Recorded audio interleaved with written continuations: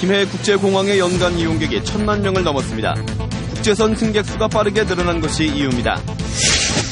신공항 건설이 시급하지만 신공항 위치 선정 작업은 첫 발조차 내딛지 못하고 해를 넘기게 됐습니다. 창원시가 관광객 1,000만 시대를 목표로 관광 사업을 본격적으로 시작했습니다. 가능성 여부를 취재했습니다. 농촌적 노인을 상대로 기능성 제품을 비싸게 파는 사기성 판매가 극성을 부리고 있습니다.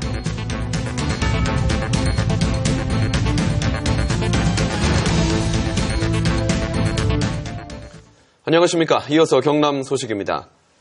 김해 국제공항의 연간 이용객이 개항 이후 처음으로 1,000만 명을 넘었습니다. 국제선 승객 수가 빠르게 늘어난 것이 가장 큰 이유인데 수요에 비해 시설이 부족해서 앞으로가 걱정입니다. 보도에 이준석 기자입니다. 김해공항 이용객이 처음으로 연간 1,000만 명을 돌파했습니다. 1976년 공항이 문을 연 이래 38년 만입니다. 지난 2009년 687만 명에 그치던 공항 이용객은 2010년부터 껑충 뛰었습니다. 특히 국제선 성장세가 두드러져 2009년 230여만 명에서 지난해 447만 명으로 5년 새 2배 가까이 증가했습니다. 늘어난 해외 여행객 수요와 저비용 항공사들의 이딴 취향이 공항 활성화를 견인했습니다. 우리가 지역을 기반으로 하는 항공사를 비롯한 저비용 항공사들의 성황에 큰 힘을 얻은 것이라 보여집니다. 하지만 김해공항이 늘어나는 여객 수요를 감당하기에는 역부족이라는 우려도 나오고 있습니다. 현재 김해공항의 국제선 여객 수용 능력은 460여만 명. 당장 내년도에 이를 넘길 전망입니다. 공항공사는 2016년까지 수용 능력을 635만 명으로 늘리겠다고 했지만 한시적인 대책에 불과합니다. 실제 국토교통부는 오는 2030년 김해공항 이용객을 2,162만 명으로 예측하며 10년 뒤에는 포화 상태에 이를 것으로 내다봤습니다. 여객 증가율만큼 김해공항의 처리 능력이 따라가지를 못하고 있기 때문에 이 기능을 분담할 수 있는 그런 시설로서 도심 공항 터미널이 필요할 때라고. 김해공항 이용객은 날로 늘고 있지만 근본적인 대책이 없는 한 서비스의 질도 담보하기 어렵습니다. KBS 뉴스 이준석입니다. 이렇듯 신공항 건설이 시급한 과제가 되고 있지만 신공항 위치 선정 작업은 첫 발조차 내딛지 못하고 있습니다. 입지 타당성 조사 기준에 영남권 시도가 합의하지 못해 결국 해를 넘기게 됐습니다. 이어서 천현수 기자의 보도입니다. 지난 10월 영남권 5개 시도지사는 남북권 신공항 조기 건설에 노력하기로 합의했지만 2달이 지나도록 입지 타당성 조사는 시작조차 못했습니다. 쟁점은 대구공항과 김해공항의 유지 여부입니다. 지난 10일 영남권 고위 관계자 협의회에서 부산 측은 김해공항을 그대로 운영하며 가덕도에 신공항을 건설하는 안을, 대구 측은 대구공항과 김해공항을 없애고 신공항에 통합하자는 안을 주장했습니다. 두 안의 채택 여부에 따라 경남 밀양과 부산 가덕도의 유분리는 크게 달라지기 때문에 결국 합의에 이르지 못해 내년으로 넘겨졌습니다. 이런 가운데 부산시는 민자를 유치한다는 강수를 들고 나왔습니다. 중국과 싱가포르, 아랍계 자본이 부산 신공항에 수조 원의 투자 의향을 타질하고 있다는 것입니다. 이제는 이제 지방자치단체가 주도를 해서 민간 자본을 끌어들여서 공항을 건설하는 것이 오히려 더 효과적이 아닌가. 경상남도는 국가안보와도 직결된 공항시설에 외국계 민간 자본을 유치한다는 것은 안 된다고 보고 5개 시도 협의에 주력하고 있습니다. 합의한 대로 정부의 용역 결과를 수용한다. 신공항 건설을 위해서는 공동 노력한다. 이런 정신에 입각해서 서로 간에 좀 자제할 필요가 있지 않을까. 영남권 5개 시도가 위치 선정 조사에 합의를 하지 못할 경우 남북권 신공항은 또다시 무산될 우려가 큽니다. KBS 뉴스 전현수입니다. 관광 불모지인 창원시가 관광객 1,000만 시대를 목표로 관광 사업을 본격적으로 시작했습니다. 준비 부족을 이유로 관련 예산을 일부 삭감시킨 시의회를 설득하고 관광도시로 도약할 수 있을지 주목됩니다. 보도에 진정은 기자입니다. 첨단 기계공업과 함께 관광도시로 도약하겠다. 오는 2018년 관광객 1,000만 시대를 선언한 창원시가 전문가 22명으로 구성된 관광진흥위원회를 출범시켰습니다. 다음 달 대토론회를 시작으로 차별화된 다양한 관광시책 발굴에 본격적으로 나설 계획입니다. 관광산업의 활성화를 하기 위해서 저는 모든 그 시의 역량을 다 경주할 생각입니다. 박완수 전 창원시장이 사장을 맡고 있는 인천공항공사와도 업무 협약을 맺었습니다. 앞으로 창원에서 인천공항을 오가는 직통버스가 늘어나고 인천공항공사는 공항 이용객에게 창원을 적극적으로 홍보할 계획입니다. 난관은 시의회 설득 작업입니다. 창원시의회는 창원 관광브랜드 개발비와 시상금 1억 1천만 원을 전액 삭감하고 공단 벽화 사업 3억 원, 지역예술인 경관 사업 2천만 원 등 일부 관광 예산을 삭감했습니다. 준비 부족이 가장 큰 이유입니다. 아직까지 관광사업 구체적인 계획들이 마련되어 있지 않아서 이번에 예산 삭감을 하게 되었고 이후에 체계적으로 계획적인 관광사업을 준비하라고 요구하고 있습니다. 지난 2012년 창원을 다녀간 국내외 관광객은 827만여 명. 창원시가 시의회를 설득하고 목표대로 오는 2018년 관광객 1000만 시대를 열 수 있을지 주목됩니다. KBS 뉴스 진정은입니다. 주행 차량이 보행로를 넘어가지 않도록 도로 양끝에 20cm 높이의 경계석을 설치하는데요. 하지만 자동차 전용 도로같이 속도를 내는 곳에서는 경계석이 오히려 발판 역할을 해서 사고를 키우고 있습니다. 김현준 기자의 보도입니다. 자동차 전용 도로 50m 길이의 급커브 구간을 감싸고 있는 가드레일이 엿가락처럼 휘어졌습니다. 달리던 차량이 앞차를 추돌하면서 두 대 모두 가드레일을 넘어 전복된 것은 지난 10일 오후 6시 반쯤. 운전자 임모 씨 등 3명이 크고 작은 부상을 입었습니다.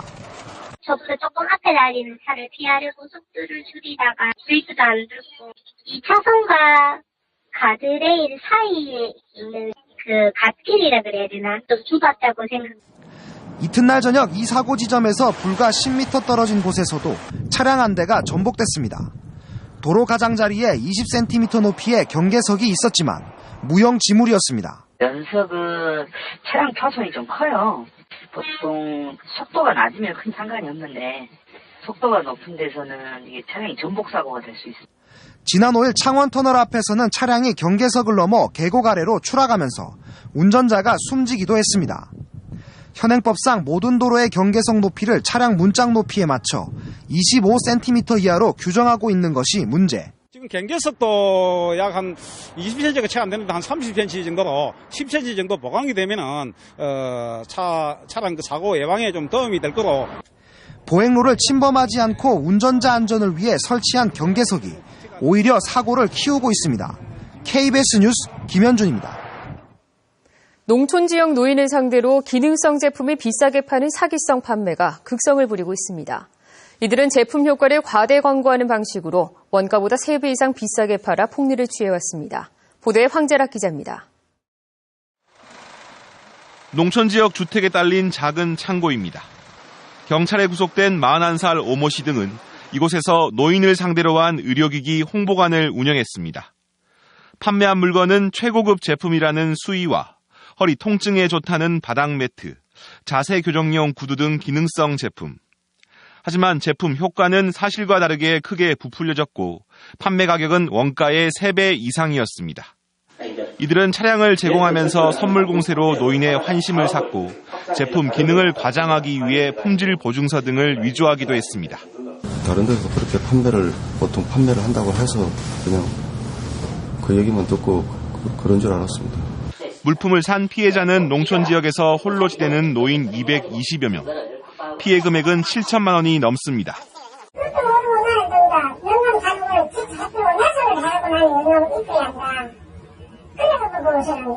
경찰은 미끼 상품으로 노인을 유인한 뒤 제품을 판매하는 행위는 대부분 사기성 판매일 수 있다며 주의를 당부했습니다.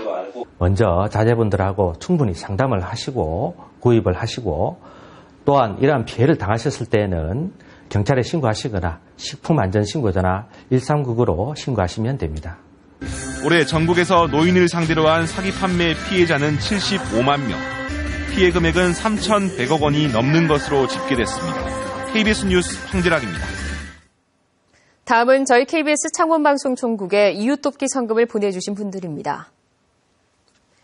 경상남도 약사일동 500만 원, 함안군 만평 골프랜드 287만 8천 원, 경남 레미콩공업 협동조합 200만 원, 합천군 용주면 1일찻집 이웃돕기에서 100만 8천 원을 보내주셨습니다. 성금을 보내주셔서 감사합니다.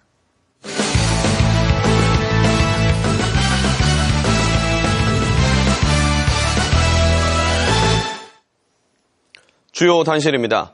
지난 6.4 지방선거 과정에서 기자에게 돈 봉투를 준 혐의로 기소된 김맹곤 김해시장과 돈 봉투를 받았다는 기자 사이에 법정 공방이 치열합니다. 어제 창원지방법원 제1형사부 심리로 열린 재판에서는 김 시장과 돈을 받았다는 김모 기자의 대화 내용이 담긴 녹취록을 근거로 양측이 상반된 해석과 주장을 펼쳤습니다. 또 신문 과정에서 돈을 받은 혐의로 기소된 이모 기자가 김 시장 측근에게는 돈을 받았지만 김 시장으로부터 돈을 받은 적은 없다며 경찰과 검찰 진술을 뒤집었습니다. 서울중앙지법 민사합의 20부는 코레일이 잦은 고장으로 인한 환불 사태 등으로 피해를 입었다며 KTX 산천의 제작사인 현대로템을 상대로 낸 손해배상 소송에서 현대로템은 69억 3천만 원을 지급하라고 판결했습니다. 재판부는 2010년 4월부터 지난해 1월까지 발생한 64차례 KTX 산천 고장 사고 가운데 단 한 건을 제외한 나머지는 모두 제작 결함이 원인이었다며 이에 따른 코레일의 영업 손실 67억 5천만 원과 환불금 등의 손실 1억 8천만 원을 더해 모두 69억 3천만 원을 제작사인 현대로템이 배상해야 한다고 밝혔습니다. 상습 정체 구간인 김해 냉정에서 부산 3개 구간 고속도로가 오늘부터 개통됐습니다. 국토교통부는 오늘 새벽 0시를 기해 남해고속도로 서김해 나들목에서 대저 분기점 12km, 김해 대동 분기점 10km, 서부산 영업소에서 서부산 나들목까지 7.6km 3개 구간을 개통했습니다. 서김해에서 대저 구간은 기존 4차로에서 6차로에서 8차로로 확장됐습니다. 남부지방에도 매서운 한파가 닥치면서 상수도 계량기와 수도관 동파 방지에 비상이 걸렸습니다. 경상남도는 최근 아침 최저기온이 영하 4도에서 7도 안팎까지 떨어져 실내에서 설치된 상수도 계량기뿐만 아니라 아파트 등의 계량기도 동파의 위험이 있다며 보온 조치를 당부했습니다.